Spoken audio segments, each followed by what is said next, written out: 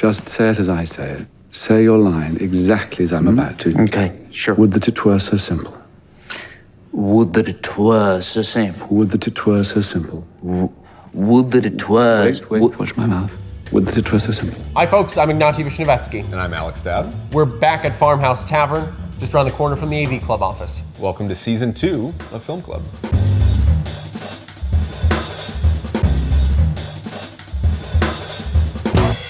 So the Coens have spent like most of their career, I feel like, riffing on classic cinema and classic Hollywood cinema. But Hail Caesar, their new film, I feel like is the first one that I wouldn't be surprised to learn that the impetus for the project was entirely just to riff on these genres that they might otherwise never get a chance to actually try out. The film takes place primarily at a movie studio.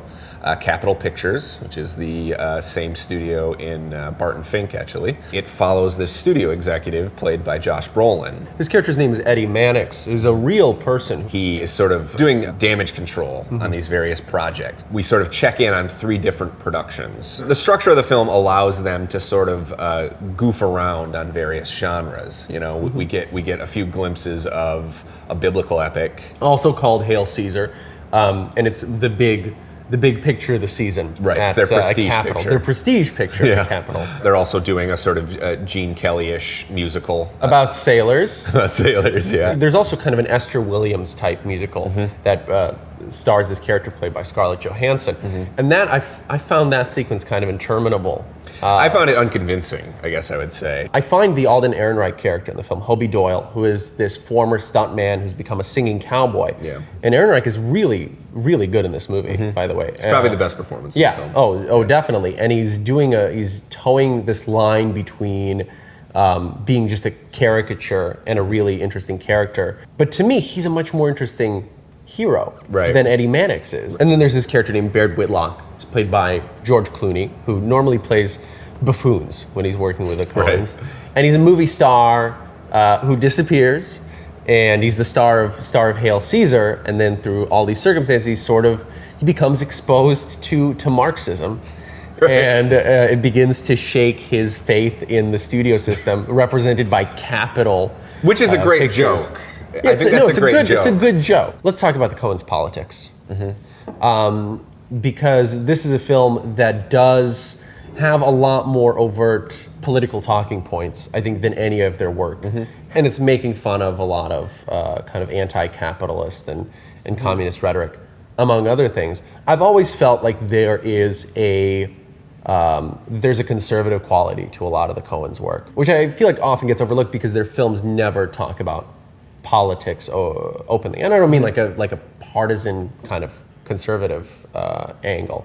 But I mean, there's something underlying there, right? I mean, these are people who make movies about these incorrigible criminals and totally ineffectual ex-radicals, and the good ordinary folk that have to face them. They also are they have a weakness for sort of cornpone like caricatures as well. What you're basically saying is that they believe in this kind of simple wisdom. Well, because look, these guys fucking love cowboys, right? Right. I mean, and I don't mean the films that are directly commenting on Westerns, even in something like this, the Alden Ehrenreich character, Hobie Doyle, is basically the moral protagonist of the film. I mean, I think it's just a reverence that borders on nihilism, I guess I would say, with them, where they really don't take anything seriously. And most Coen detractors, I think the sort of big case against them is that everything is a big joke to them. But I would actually disagree there, because I think there is something that they take seriously, and I think that's why I tend to think of